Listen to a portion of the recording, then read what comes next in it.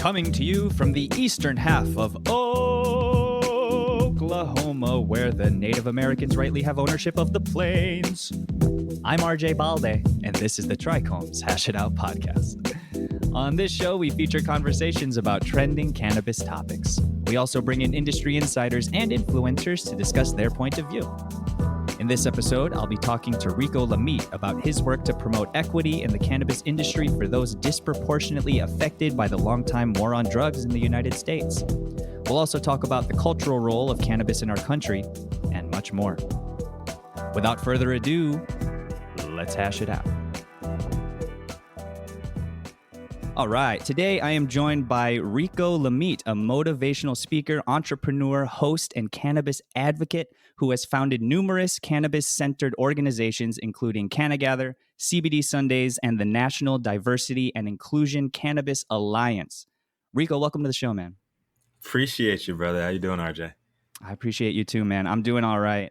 What's the state of your quarantine? Are you still staying in? Where are you coming from? Yeah, I have to stay in for the most part. When I do venture out, I'm gloved up and masked up. I'm in the South Bay and in San Pedro, and have a newborn at home. So yeah, I can't risk bringing in infection or any of that stuff into the house. Not just for the baby, but also for my wife and myself. I can't afford to get sick and let my teammate down, you know? Yeah. Congrats on the baby girl, by the way. Zora, right? Is her name? Yes. Zora Owen Lamitte. 3 months old? Yes. She is 3 months old. As of Wednesday, 13 pounds. She's a little chunk. And she was a pandemic baby, man. It was. That's what I was about to ask. Yeah. How is that? How is parenting in a pandemic? What's different about that? Yeah, going into the pandemic, like everything was good until I'd say March, like early March. Yeah, when we were informed by our doctor that there was going to be a 40% chance that we're going to even have a hospital bed. They were expecting LA's numbers to be crazy like New York's at the time. And I'm like, oh my gosh, like what's going on? And then right after she told us that, the city started shutting down, and my entire business is events. So like face-to-face events. I've made a name for myself in the cannabis industry doing these. And there goes my income. So it was like one thing after the other. And then going into, we dropped $5,000 on a birthing center because the whole nation's on lockdown. My wife's mother, her sisters, my mom, my sisters, nobody could come out and help us with this. This is our first child. It was crazy, man. So we dropped $5,000 we did not have. We could not afford, but on the birthing center, we go to the birthing center, everything's great. And then she's 9 centimeters dilated. And we were right at that point for 2 hours, and baby was sunny side up. And yeah, we had to go to the emergency room. So after all that, we still had to go to the emergency room. But luckily, right by our birthing center, the nearest hospital was Hollywood Presbyterian. And they had a couple things. Number one, they had just finished one section of the hospital, like remodeling. And the maternity ward was empty. So they had plenty of room for us. We stayed 48 hours and everything was great after that. And we just had to learn a lot of stuff along the way. And I praise infinitely my OGs, man, the OGs in the game, because as a dude, I like to, for the most part, I try my best to transcend gender norms and just like as being like a super patriarch. But like during that whole process, I was scared shitless, man. I was scared to death. I didn't know what I was going to do. I don't have any money coming in. We just had to drop $5,000 on this birthing center. We can't have any help from our families. Like what am I going to do? And, yeah. crazy thing is, like, the people who reached out, those are like some of the most like underground grimy figures that I know, because I have friends in high and low places. And they gave me some great advice, man. They gave me great advice. They uplifted me, and I just have to give love to my to all the dads in the industry and in the game, because they knew what I was going through, and they're around the LA area, and they knew exactly. They had been checking in on me regardless, and they knew like how stressed I was, and I had like 7 dudes. I won't say their names right now, but 7 guys. They all reached out to me. They all checked in on me, and I had a support group, man. I never even thought of that, and it was awesome, man. And that was actually the motivation, the inspiration for my Dope Dads podcast. So I recently launched, because like, dads in the cannabis industry, we don't get a lot of love publicly at all. You don't really see anything. You don't hear anything about like dads in the cannabis industry. You do hear a lot about like canna moms, canna mommy, canna mom, stuff like that. And it could be a little controversial, but like nothing about the dads. So I just wanted to do something to show love to all the dads in the industry. And you're invited on that too, man. If you want to get on, if you want to get down. I appreciate that. I don't have kids yet. I'm a dog dad. Oh, you're a dog dad. There's another lane. There's another lane. Oh yeah. Yes. Inclusion. We're all about inclusion. Inclusive, right? Man. It's all about dads the of mindset. all kinds. It is all about the mindset. And that's right. That's right. That's what I'm. But that's like one of my projects that I'm on right now. Is showing love to the dads in the industry. And then I'm in 2 other lanes. Everything that I do, there's always 3 of them. A little bit of a numerologist there, but lifestyle, business, and health and wellness. So everything that I do, and so I have those 3 lanes built out. In Canadads, Dope Dads is the lifestyle right now. That's what's up. Yeah, man. You have your hands in like so many projects. From your networking and event platforms, you got Cannagather, you got CBD Sundays, you got your podcasts that you host, multiple podcasts that you host. Yeah. And you've kind of collected them all under this consultative entity, the Suave Life. Yeah. And then on your website, you posted a blog about the importance of names, and you said that a name is more than what people know what to call you. So I'm just curious, where does that name, the Suave Life, come from, and what does it represent for you? Yeah, so the Suave Life. So my name, my original name, Frederic Jean-Marc Lamitte, was named after my grandfather. His name is Frederic Lamitte as well, and he's from Martinique. My grandmother's from Panama, and they got divorced in the 80s. And it's like the biggest no-no. The 2 things you can't do in the Catholic Church is commit suicide and divorce. So she wanted. Yeah. Were you raised Catholic? Yes, devoutly. Okay, me too. And so she wanted nothing to do with him. And she dedicated her life to the church until she passed a few years back. And literally 6 days in church, and she refused to associate me with him. So she stopped calling me Frederic or Jean-Marc, my middle name, and she would start calling me Federico. So she kind of Panamanified my name. Sure. And it just kind of stuck when I was growing up. And people who couldn't pronounce my name because they were too lazy to say the full Frederic, they just call me Rico. And it kind of stuck. So as I got older, everybody on my football team in college, you have nicknames. Everybody has nicknames because there's going to be doubles. When you play Division I football, there's at least 100 people on your team every year. You're going to have doubles. You're going to have people that have same nicknames of you and whatnot. So generally, as a freshman, they just come in. You come in as a freshman, and they give you a nickname. It's hazing, but they just give you a nickname whether you like it or not.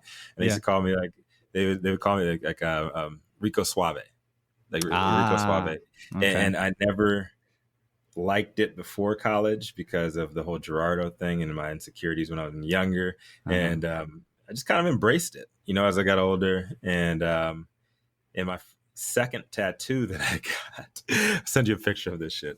Second tattoo that I got was on my arm, because the first one I got on my back, I used to tag when I was younger. It was my signature is Panamanian Devil, and that was my nickname back then, or my tag name. And the woman that did my first tattoo, she opened her first shop and invited me out, and she had this great deal when I went out there. So I was going to get my first one filled in, because I didn't have enough money to get it filled in the first time. And she's like, well, I'm opening my first shop and we have a special, anything you want, 7 letters up to this font. We'll do it for $35. I was like, oh shit. So I was just like thinking, what can I do? I don't want to put like my name on my arm as Frederic. It was kind of lame. And I was getting ready for like big time college football, like next year. I was actually going to be playing. I was like, I gotta, flex my arms and shit. And I put Mr. Suave. So Mr. Suave. Okay. It was like, don't call me Rico Suave, call me Mr. Suave, because I'm in business. That was I was like, my tagline. That's what's up. Shit, man. That's what's up. 18 years old is a crazy time. Yeah. Until this day, it's a conversational piece. So the Suave life. Going into that, I got into cannabis and got in on the legal side with Baker Technologies. I'm out on the ground, and everybody would see me with like a short sleeve shirt. When I left corporate finance, like nobody ever saw me. Nobody ever saw my tattoos, and they see me as a short sleeve shirt. What did your tattoo say? Just like tell them the story like over and over and over again. And me and my business partner at the time, when we started doing private parties in the industry, it was like, okay, I go, what kind of life are you living, Rico? I said, and one time I was just like, I'm living the Suave life. Yeah. It just kind of stuck, and people liked it, and it became a company.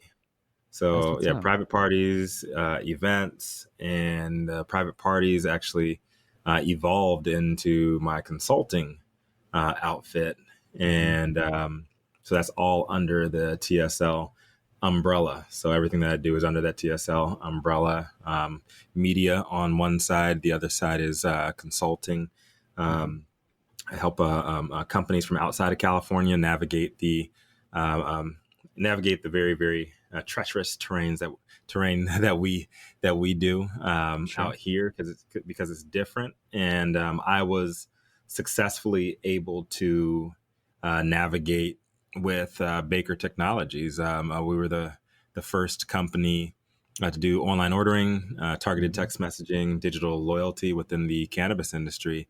And we're the first successful company to come in from out of California and flourish. And that was me. I was the only boots on the ground out here. And we ended up going public because of the work that I did here in California, because they couldn't penetrate California at all. And I did that just by going door to door, man. Nobody wanted to do that. Nobody wanted to go door to door and see and meet the people. And it made me so much better because of that, and maybe helped me understand what's going on in the industry. That's why I always say I have friends in high end, low places. Sure.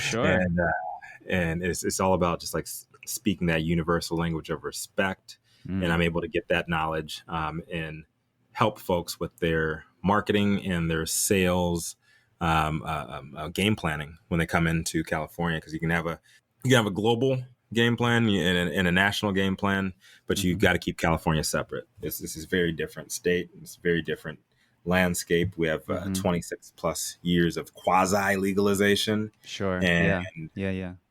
And it's just different, you know how to. Yeah. And like California's got hella regulations too, compared to every other state. Right. Like there's so many hoops you got to jump through just to be certified in this state for almost anything. And so, yeah, that's so dope that you were the one that you were fine putting in that work and putting in those hours and that sweat, because like you said, no one else wanted to go door to door, and you took that opportunity and you made it happen. Right. And I think that's where California is a place where outside companies come to die in the industry. It doesn't matter how big you are or were outside of California. It doesn't matter Sure. how well funded you are. If you come out here and you don't do the work and you don't do it properly, you're not going to flourish. And this is the mecca in the industry. And I think that's what's wrong with, I don't think I know, I'm a data guy. I know that Sure. that is exactly what's wrong with companies from Canada, Denver, New York, wherever you're coming from, and them trying to navigate the landscape out here. It's very old school. It's culturally driven, and you have to respect that and know that it's still a word of mouth industry in California. It's not just, okay, I can build this huge presence and then I can come in and online, and I can come in here on the ground, and that translates to sales. That translates to me building a brand for myself in California. Like, nah, like you got to know people that know people that know people. And when exactly. everybody there knows, like, that's when you start to grow.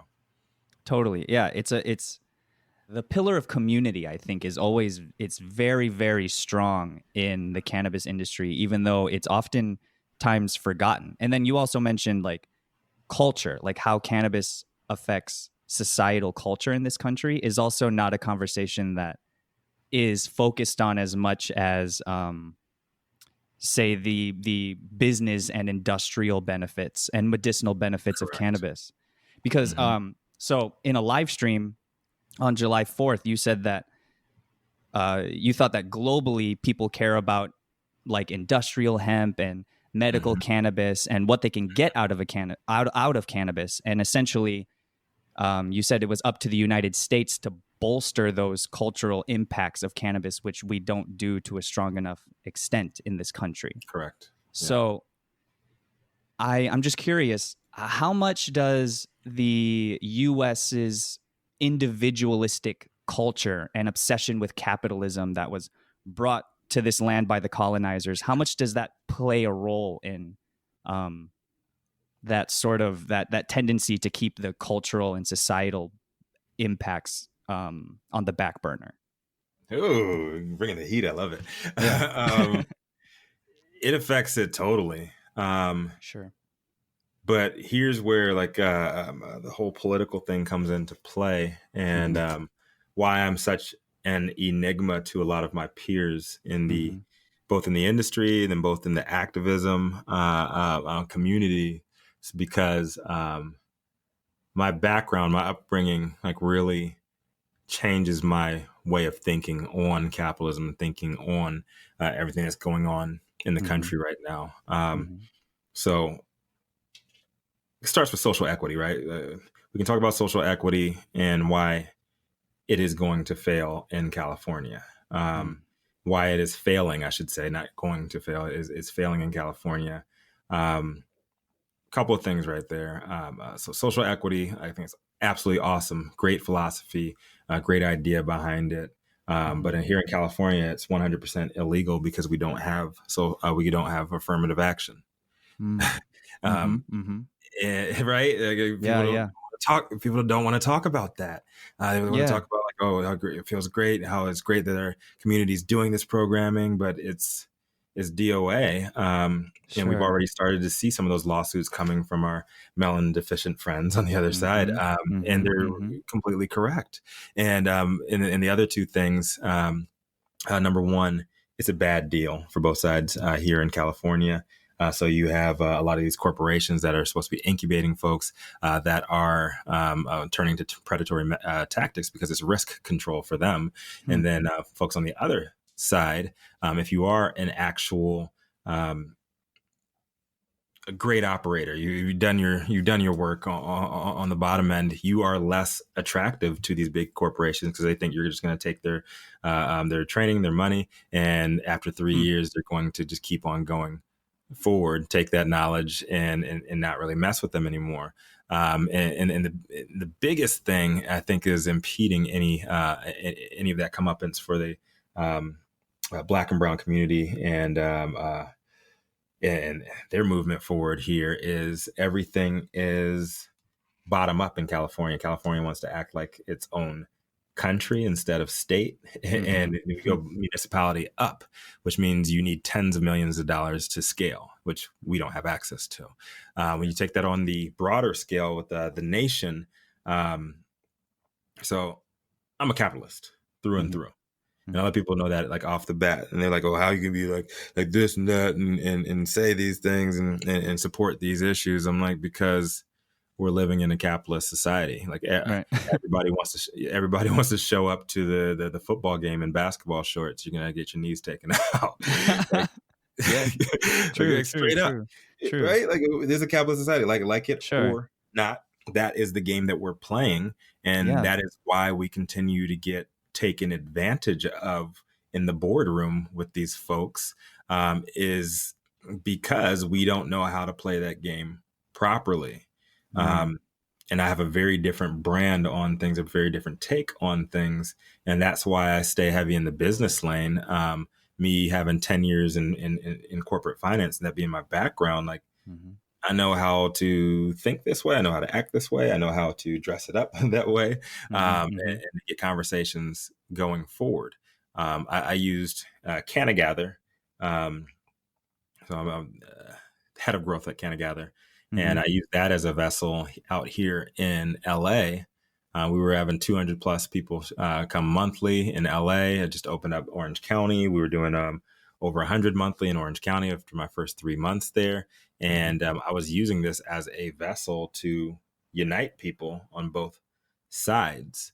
The government's never given us shit, man. We've asked for so many things, and we're lucky if we get 10 cents on every dollar that we ask them for. True. And this whole social equity thing is, they've been kicking the can, oh, maybe it'll work like this, maybe it'll work like that.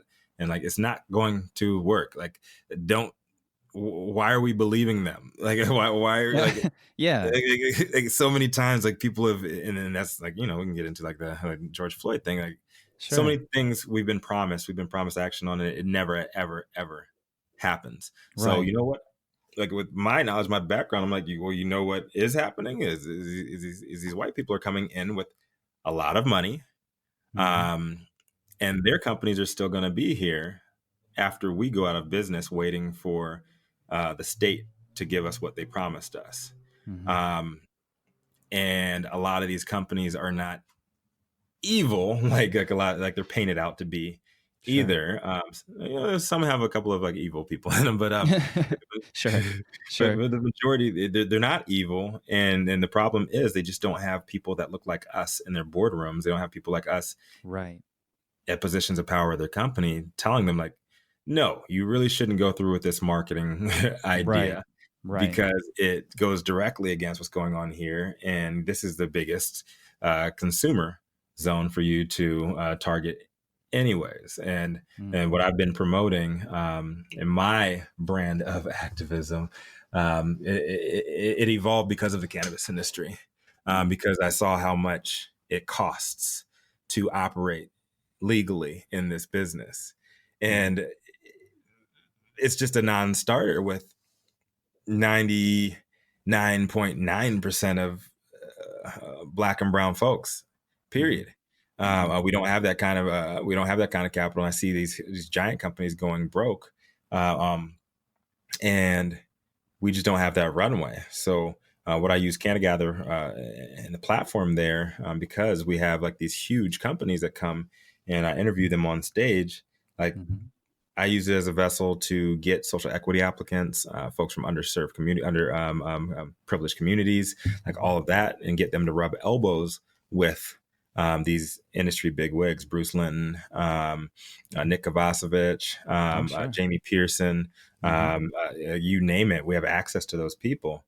And it's a great place for that because when I first started as a activist in the cannabis universe, I was one of those people like part of that cancel culture, like calling people out publicly, like all of that, like being all super loud. And what I realized was we were just like talking ourselves out of the money conversation. And organization that I founded ended up being very, very choose my words properly here, unscrupulous. And I had to resign. And what I learned from that experience was my partner, one of my partners on there, she was just saying all this crazy shit in the public, and I was down for it. I was loving it, and because it's energizing me, and it's like that's what I wanted in the industry. But when I took a step back and we were going public, I questioned. We were going public, and we needed certain paperwork on the organization. Because we're getting, we're under the microscope of the SEC and the TSX, and they need that. Like if I'm a part of this company and I have a nonprofit or and I'm out in public with it, that's public perception. And if I'm putting this out at a control position at any company or at a prominent position at any company, they need to see the paperwork on it. And there was no paperwork there. And this person was using the organization to build her own name. And it was never about the people that we were supposedly helping. But she was the loudest person in the room at all times. And I'm like, what the hell is this? And it was just like left the sourest taste in my mouth. And I was just disgusted. And so what I realized was she was just a symptom of the greater, the greater ill there, which was capitalism. And those of us who don't have access to certain things in capitalism, we're going to be enticed at some point in our lives to do that. And she was enticed. She succumbed to to the allure of dollar bills, and she was doing that over her people. And rather than me tear this person down publicly or anything like that, I was like, you know what? Like, I see what's going on here, and we need a better way to get to that money because we're not getting it from the state. We're not getting it from all this protesting and stuff that we were doing. I'm not talking about right now, Black Lives Matter, but like what we were doing at the time. So what I have that other people don't have is connection both to the street and to the boardroom. And I can get these people in the same room to talk about these issues, because a boss is a boss, whether you're in the streets or whether you're running a multi-billion-dollar company. And shout out to Freeway Rick Ross. Like, he's the one who actually I was the first person to see that, he was the first person I saw that in, because I'm used to being around all these corporate bosses, these corporate corner office guys when I was in corporate finance or when I was at Baker, like all this stuff. And then I saw the same exact personality in him, and then in Virgil Grant and all of these other folks that were on the ground level, whether they're on the streets, from the streets, or whether they're in the cannabis industry and have no business background. And I was like, you know what? Like, that's what we need to get these folks in the same room, and they'll see that there's so much more that we can gain from each other. And no matter what the law says, you cannot treat a corporation like a person. And what I mean by that is what do corporations need right now, specifically from the Black community, is PR. Like, people are getting called out on stuff like, oh, like, what did you do for Black Lives Matter? What have you done for the community, whatever? And I'll gladly accept those white tears that are turning into dollar bills. Right. Right. At the same time, we cannot, people that are oppressed communities, marginalized communities, we cannot expect a corporation to have a heart. Like, who gives a shit where their heart is? You need to worry about what are they doing with their money. And you can actually have conversations with these boards, with these leaders at these companies, And that's what I started doing, was getting people in the same room together. And before you go out to the streets and take them down, ask them, hey, Mr. $1 billion cannabis company, like, you said something publicly, and here's why it negatively affected me, my company, my community, whatever. Um, I know you guys I can help you out with on the PR side. Let me run the black section of your company. I can Sure. help you with the PR on that. That's what they need. They need PR. We need money, and they have more money than the government's ever going to give us for that. And you know Damn what you do? straight. You actually change the machine from inside. You're not going to do it by throwing pebbles from the outside. And that's what a lot of folks are doing with cancel culture. You're just talking yourself out of a larger opportunity. And I'm all for Yeah. throwing those stones after you ask them what their motives are. Right. Right. 9 times out of 10, they just didn't know. They don't have those people around them. They don't have Sure. black, brown, gay, veterans, women in those rooms, because they come from, like where I came from, corporate finance. So that is my brand of activism. That is what I do. I would say that's my superpower, is Sure.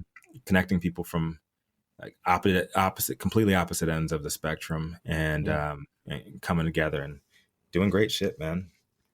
Yeah, like it's so important to find avenues to bridge those gaps, because we were talking before we started Right. recording here that in a lot of ways it really feels like people are more tribal now than ever before. Mhm.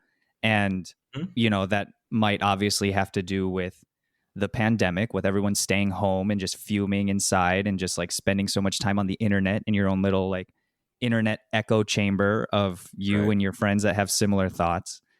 And people are sharing things, reposting things that speak to their beliefs or maybe stoke their Mhm. fears, and are not in many ways not as open anymore to having those conversations, just because we are Right. physically distant from each other and we're only communicating virtually.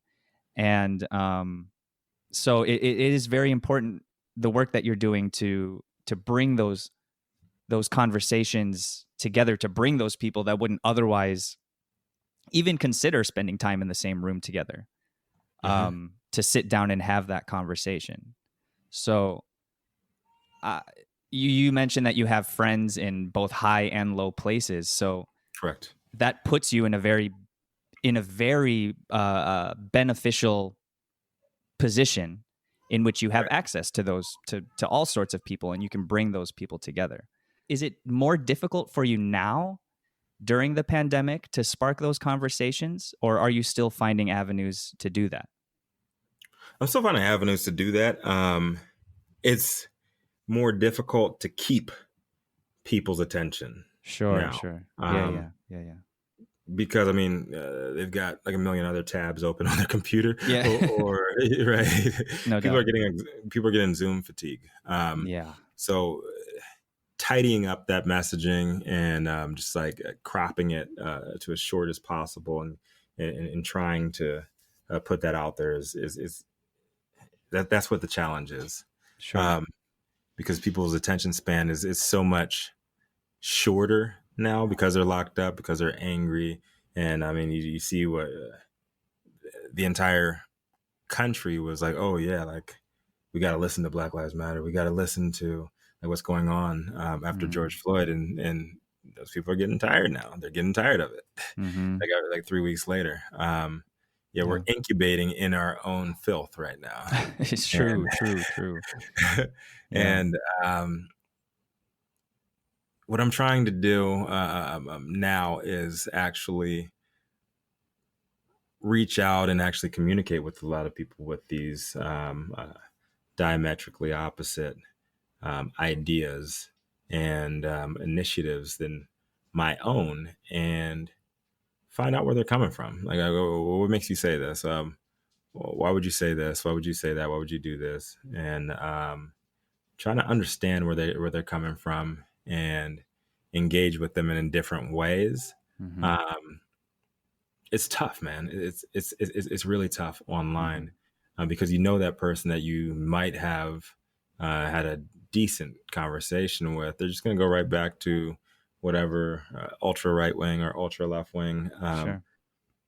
community, and talk the same shit. So I Yeah. haven't been able to measure successes in in that vein, but on a corporate side, it's still relevant, and I'm still able to match people up, from the streets to people Sure. in the boardroom. I like to say from the trap house to the penthouse, Yeah. and Yeah. No doubt. yeah, I'm still able to make Yeah. those connections, but I don't know how much of the dialogue is getting through to people. Yeah. They were all ears, say about 3-4 weeks ago, but yeah, it's like we said, man. Like this is like 3-4 weeks ago is what's that, like a year and a half in Yeah. our That's what conversion it rate. feels like. That's certainly what it feels like. No Right. So doubt. it's tough, man. It's tough, but Yeah. I try really hard, and I try not to stay in my own echo chamber. So I try to read as much extreme stuff on the right and on the left, Mm-hmm. and formulate my own ideas somewhere in the middle, knowing that if I try to listen or read or watch something that is labeled as in the middle, that it's all agenda driven. Like everything is agenda driven, and everything, like, you can't control that, but we can control is your own ideas and thought processes. And that's why I try to stick to the crazy shit. Just stick to like the crazy stuff that on the right, crazy stuff on the left, because Yeah. I know that I'm going to feel a certain way on both of those and formulate mine somewhere in the middle, and it'll probably be a lot more accurate than what is being labeled as the truth right now. Yeah. I mean, that's already a big enough step. So many people aren't willing to even give their attention to a different opinion. And Yeah. so that's dope that you you look at both extreme sides, and you are able to then find your place in the middle, because I feel like most people are in the middle somewhere. It might Everybody not is. seem that way online because everyone really just spews whatever is on their mind online. Right. Like the internet forgets. The internet for right. Yeah. Like I can't search your tweets and find one from Right. like 2017 where you thought way different than you did 3 years after. No, exactly. Like everybody, absolutely everybody, even the extreme of the most extreme people, that's all a farce, man. That is all a facade. They put that on because it triggers people on the right and on the left, and they do certain things, and they're very, very good at it. And everybody's somewhere in the middle, and we are, as a nation, we're a lot closer than we ever want to think. But because we're consistently beat down with these extreme ideas, we start to internalize them and project them upon other people, and we get mad at things that shouldn't get us mad, and we forget to ask questions, and that's why I do what I do, and that's why I try to stick to the extremes and not in the middle, because I think there's more lies in the middle than there is on the extremes. Like all this extreme like hate speech or just like overly optimistic speech, like there's always a bunch of truth in both sides that is mixed in with a bunch of emotion. So if you take the emotion out of those and you open up that second tab, a lot of people don't want to do that, find out where the truth is in that, and you'll see a lot more of what's really going on, and more of the big picture there. And I want to shine light on that more than anything else that we're seeing pushed out to us right now. Yeah. Are you still associated with Indica? No. No, you're not. Is that what you were talking about? You had to resign from? Yes. Okay, that's what I thought. Okay. Yeah. I'm not associated. I'm one of the founders. Me and Fred Hicks from Limerick Park founded Indica, and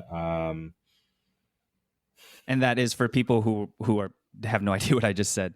That's the National Diversity and Inclusion Cannabis Alliance that I mentioned a little bit earlier.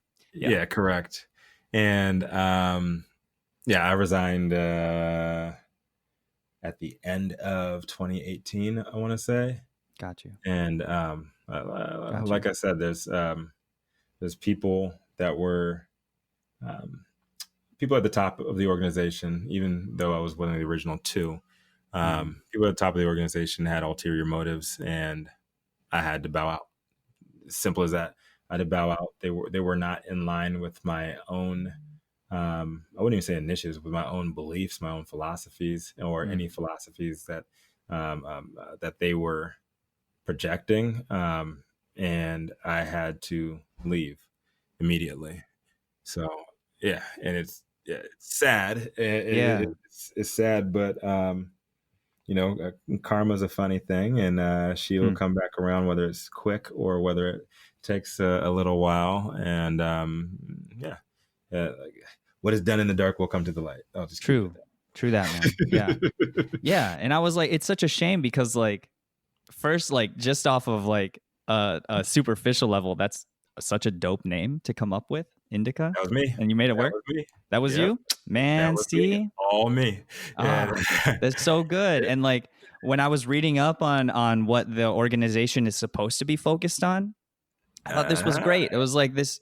There doesn't seem to be an organization like this around. You know what I mean? And so it's such a there shame wasn't. that it was twisted into something different than what you intended it to be.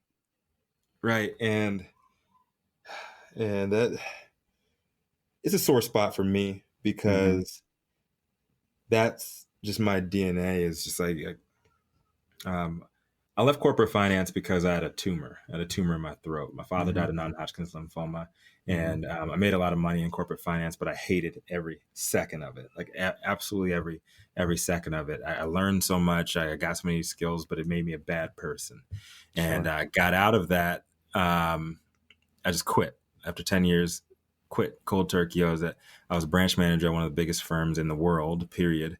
6 trillion under management, and like total. And Mm-hmm. I just quit, Mm-hmm. and I got into the cannabis industry. And that's what a lot of people don't understand, and that's why a lot of my activist friends don't understand me. A lot of my mainstream friends don't understand me. I am an enigma to them because I'm not money driven. I'm not. I'm money motivated. There's a Sure. very big difference between money Sure. motivation and being driven by the money. I'm karma driven. I Mm. feel like I was given a second chance to live, right? Mm-hmm. And actually live up to what I believed in, which I didn't do for 10 years in corporate finance. And that's what I do now. And it sucked. It just really, really, really sucked to have my baby, uh, that was indica. Like I grew up, and for me to have to take off the way that I did, because I just didn't have confidence in the organization doing the right thing. It was a bunch of smoke and mirrors, and I was lied to on several occasions, and nobody was there to check those lies. So I Mm. had to get the hell out. Mm. Um, and unfortunately, it's happened at another organization I was with too. And that's why I really don't.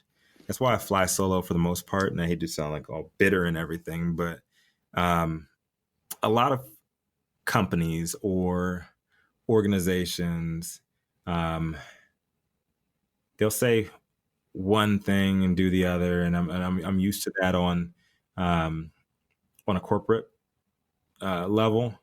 But when it comes to charitable organizations or nonprofits and stuff like that, the only ones that I would ever join is in the activist and advocacy lane.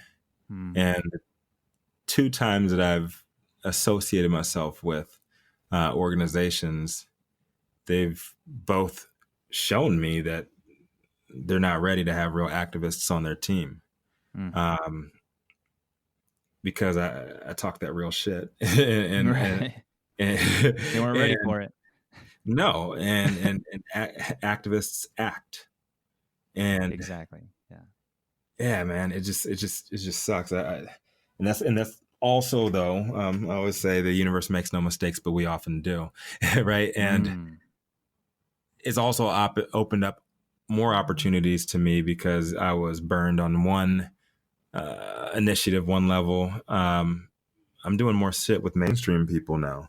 And mainstream organizations actually have to follow their mandates to a T. They're actually a lot more scrutinized. And I can not adhere myself, not really tether myself to the organizations, but to the philosophies, and speak to the philosophies rather than the people and the orgs.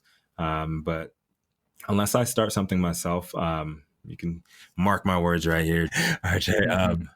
I'm not going to be joining any other organizations, like period, because people just say there's something and they end up being completely opposite.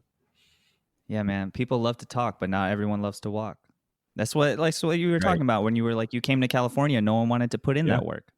So you're Nobody. Let me put in this work. Let me get this done. Right. And the biggest thing is my personal brand too.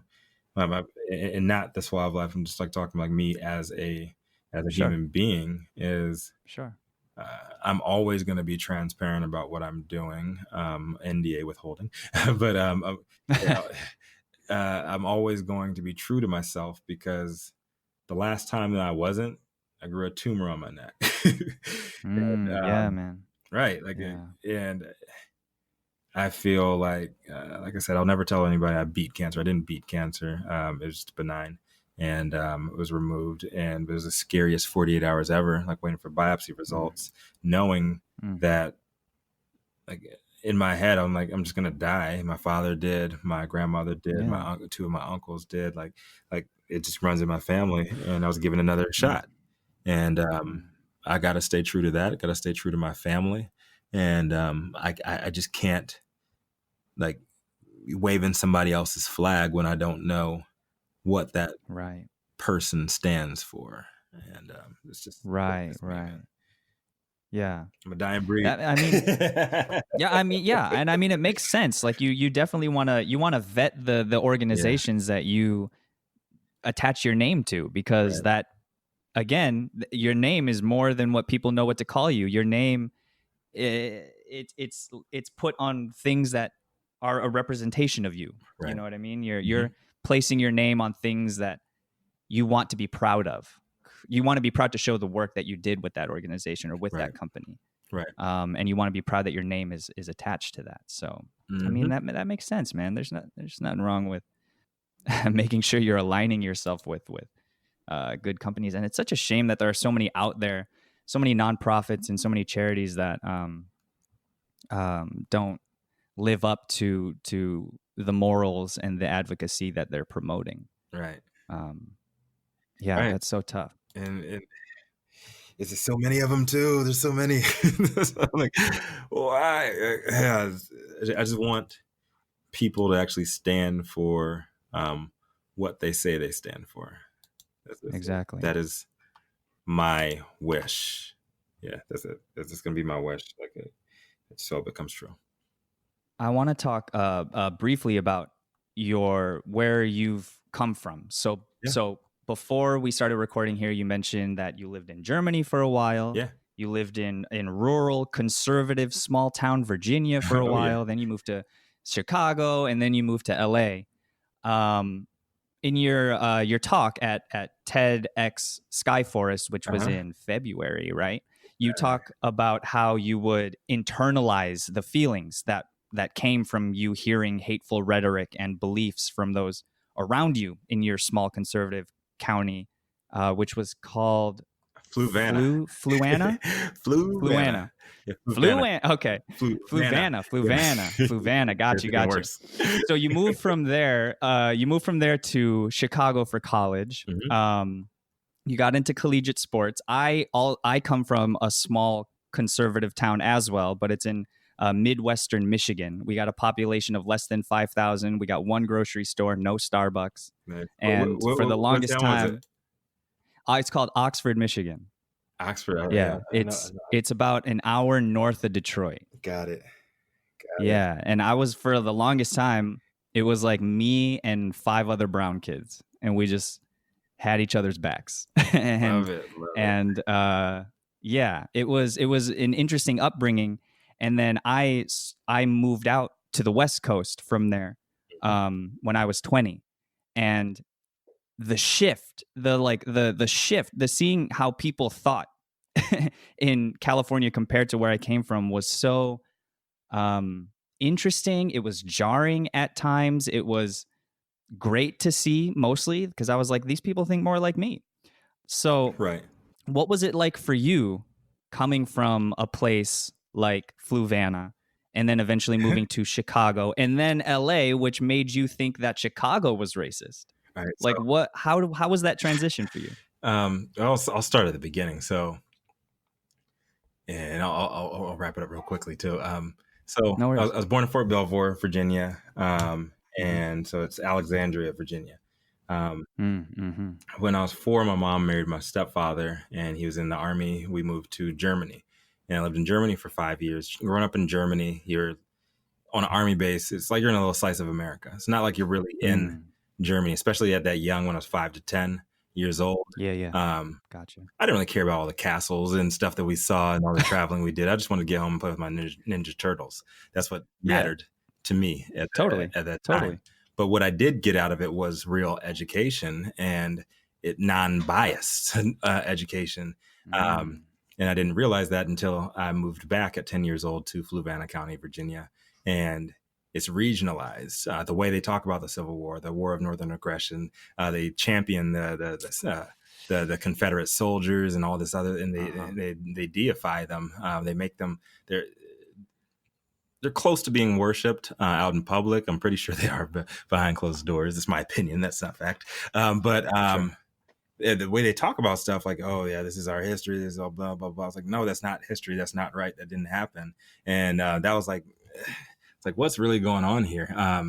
So I stuck to my own period, and it's something that was taught and something that I learned from my peers. I only had black friends. The Sure. white ones I would associate with, and I would have we were friends on the football field, friends on the basketball court, and stuff like that. But it wasn't much. There was no depth there until I went to college. Went to college, Northwestern University, recruited, played football there, and it was weed, man. It was cannabis that got me there, and that was what my TEDx was all about. It really Yeah. broke down those social barriers. It was all about who had that bag, man. You smell something, oh, what y'all smoking on? And then as a collegiate athlete, as a scholarship collegiate athlete, you know exactly when the tests are. You know exactly. So when anybody gets popped for that, they are arrogant. they Yeah. know exactly Yeah, yeah. when not to. You're taught by the Right, older guys right. on the team exactly when this stuff goes down, Right. and when the Yep. safe periods are. So I connected with Asian kids, with Asian kids, with Latinx community, with gay kids, which and I was told like all of these people were evil, especially the gay ones when I was growing up, and it just opened me up like so much socially, and that was like my first real awakening. And then when I moved out of Chicago 8 years ago, when I was there, I thought, I was like, this is like a racial utopia, or as close as we're going to get, like from being from where Sure. I'm from. Moved out to California, I was like, Yeah. holy shit, like Chicago's racist as hell, man. What part of California did you move to? Here in San Pedro. So we didn't know Oh, okay, anything. San Pedro. Yeah, we were. So my wife found our spot, found our place. She took over the task. She was my fiance at the time. She took over the task of finding out where we were going to live, because my company was moving me out here, and I just had to be within 30 minutes of an airport. So just looked Oh, at things wow. that were comparable to what I was paying in Chicago, and we ended up in an awesome spot. When I tell people I live in San Pedro, and I say San Pedro, not San Pedro, because I get corrected by my Mexican friends out here, and so it's funny because there's a street called Cabrillo. It's not Cabrillo. It's Yeah. Oh, yeah, yeah. Cabrillo, and there's the whole history behind that, and this being a port town, and just the merging of all these cultures out here. But I moved out here, and I tell people I live in San Pedro, and where the ghetto meets the sea. And I'm like, Oh shit! yeah. And I'm like, Damn. I'm like, what? Like, what are you? Like, ghetto meets the sea. Like, it's really nice here. But but like closer. You hear my baby in the back. Oh, is that Zora? What's up, Zora? Zora. Yeah, my mama's with her now. For sure. Yeah, what people like don't understand is like the zoning here in Palos Verdes. We're like right on the edge of Palos Verdes. We're like a couple blocks away, so we get all of the perks of the nice part of San Pedro. Excuse me, all of the perks of PV, but we have still have the pricing of San Pedro. And if San Pedro is the only place in Los Angeles where the closer you get to the water, the more hood it gets. And yeah, it's a port town, and there is so a little bit of a drug issue, and I think it has less to do with. I would say that the community, or it's more with the economics and the longshoremen and the type of life, the salt of the earth type lifestyle that these people live out here. And there's a huge gap, and a lot of people they fall off, and the community doesn't really tend to them as they should, and it causes a divide. And instead of helping these folks, talk shit about them, and now we're getting gentrification finally has reached San Pedro, and what are you going to do with these folks? You're making these luxury apartments down there, and you're developing the boardwalk into I don't know, New Coney Island or whatever. But what are you going to do with the folks that are down there by the docks that are homeless, that are obviously need help with drugs? But yeah, she found the spot out here. It's gorgeous. We have a beautiful view, and like I love San Pedro because it's the realest. I would say the realest place in Los Angeles. Yeah, the realest community. That's what's up. And how you've lived there for how long now? Almost 8 years now. Almost 8 years. That's what's up. And we're like a month. Yeah, man. We came in August. Yeah, August 2012. That's crazy. Awesome, man. I got one more question for you, then I'll let you go because I know Zora needs your attention. I know Zora needs you right now. Yeah. So in that TED Talk again, you shared a lot of very personal and harrowing experiences that you've gone through in your life, from dealing with abuse to the death of both your biological and stepfathers, to injury from collegiate sports, to opioid addiction, suffering from depression, and settling for what you thought was a sellout job and putting your dreams on hold before leaving that and pursuing ultimately what you wanted to. And you said that the common thread that continued to save you during these times and help you take that mask off that you described was cannabis. So since then, you've now moved to San Pedro. You have associated, you've created these companies, you've done work with these organizations, you've brought people together. Yeah. Since then, how has cannabis continued to change your life? How do you see that happening on a daily basis? Man, it continues to change my life because there's continual opportunities here. And everything that I do through the Suave life, through my personal projects, is always crossover appeal because of my unique background, professional athletics, 10 years in the business world, and then here being on the culture side. I have a unique position that I can unify those, and I've been able to do that successfully up until this point. And as we are going into the end of this year, which is the most important thing that everybody should be looking out for, is the United Nations and the World Health Organization and their vote to decriminalize cannabis. So in December, right? Yes, it's December. Exactly. Yeah. Nobody's really talking about it like audibly, but we have 4.3% ownership as far as Black folks in the cannabis industry right now. It is unacceptable. And the biggest issue there is once we go global, there is no debt, the societal debt. And what I mean by that is we were, as Black people, we were promised 40 acres and a mule, promised a lot of stuff from the Civil War that never really came into fruition. And that's why we have a lot of the issues that we do now, publicly and socially, with all these race, I would say, clashing that we have right now. Sure. Once it goes global, like, it's taken off, period.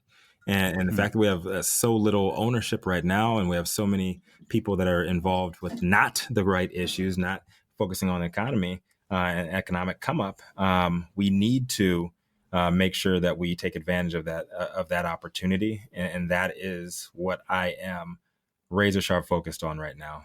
Family first, getting my people the education that they need to make that move, and just knowing that we are on the cusp of an agriculturally based economy, and the world sees it. Our melanin deficient friends, they see it, and we need to get involved and make a name for ourselves, team up. I don't care what petty beefs we had in 2020 and before. Like, this is a totally different initiative, and we have no idea who the next president is going to be. I know people are saying, "Oh, there's no way Trump's going to win now," but I won't get into politics.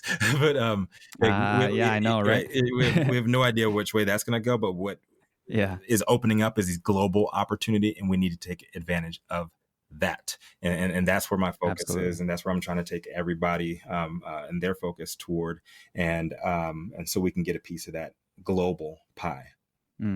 Absolutely, man. And I love the work that you're doing. I love that you're focused on this, both this global perspective as well as local perspectives, and again, bringing those different sides of the aisle together in many different facets. I think it's very noble and admirable work, and appreciate it, brother. It absolutely, man. And you certainly have shown that you're not you don't shy away from the hard work, and you don't shy away from laying that foundation that you really need to build a sound structure, which seems to be overlooked a lot of the time. So appreciate it, man. Yeah, man. It takes all of us, and it just takes all of us to not only do the work, but also to call out folks that are counterproductive to our attention span. Absolutely, man. I appreciate you and what you do too, man. You don't discount that. Oh yeah, well, thanks, man. You know, it's awesome to get the opportunity to speak to people like you who are really, you know, wake up every single day with a game plan of how they want to implement the change that they want to see in the world, man. And not only talk about it and dream about it, but put the work forth to make that a reality, man. That's awesome. Appreciate it, man. You got it. Just got to make sure that I continue that work. Absolutely. Yeah. Now, before we go here, where can our listeners find you and the work that you're doing online? You can find me at Rico Lamitte on Instagram. Follow my adventures there. You can also go to my website, www.thesuavelife.com. And where else? Dope Dads podcast. I'm starting to build that one up on Instagram, and you'll see all of my updates on Facebook at Rico Lamitte also. So I'm very, very visible online. If I'm away for a couple of days, it's because I'm building, and I'm about to drop some big shit. So yeah. So stay tuned. Yes, stay tuned, please. And I am an open book. I'm open to all criticism. I'm open to all ideas. But if you are criticizing me, I just need to know why. Tell me, Rico, but you totally suck. You suck at life. Awesome. Awesome. Why? Just tell me why, so I can get better. I really don't. Trolling is whatever, but be a purposeful troll, please. I like that. Be a purpose. You could be a troll, but just have a purpose behind it. Yes. I like that. Right on. Well, Rico, man, thank you so much for taking the time to spend this hour with me and have this conversation. It was really enlightening, and I thank you for your time, man. I appreciate you, RJ, and keep on doing what you do, man. And anything that I could do to help support you, TRICHOMES organization, please just let me know. I'm always down. You got it, man. We'll stay in contact. Say hi to Zora, say hi to the missus for me, and I hope you all continue to stay safe. Hopefully we can meet up again in person sometime soon. I would love that, man. Absolutely appreciate you. My thanks again to Rico Lamitte for joining me. If you are a member of the cannabis community and have a story you want to share with us, we would love to hear from you. You can reach the show at hashitout at trichomes.com. You can help others find the show by taking a moment to subscribe to the podcast and write a review. You can also join the discussion with industry insiders and get your voice heard by joining the community at trichomes.com and following us on all social media.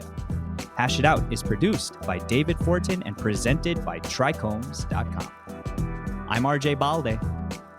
Thanks for listening.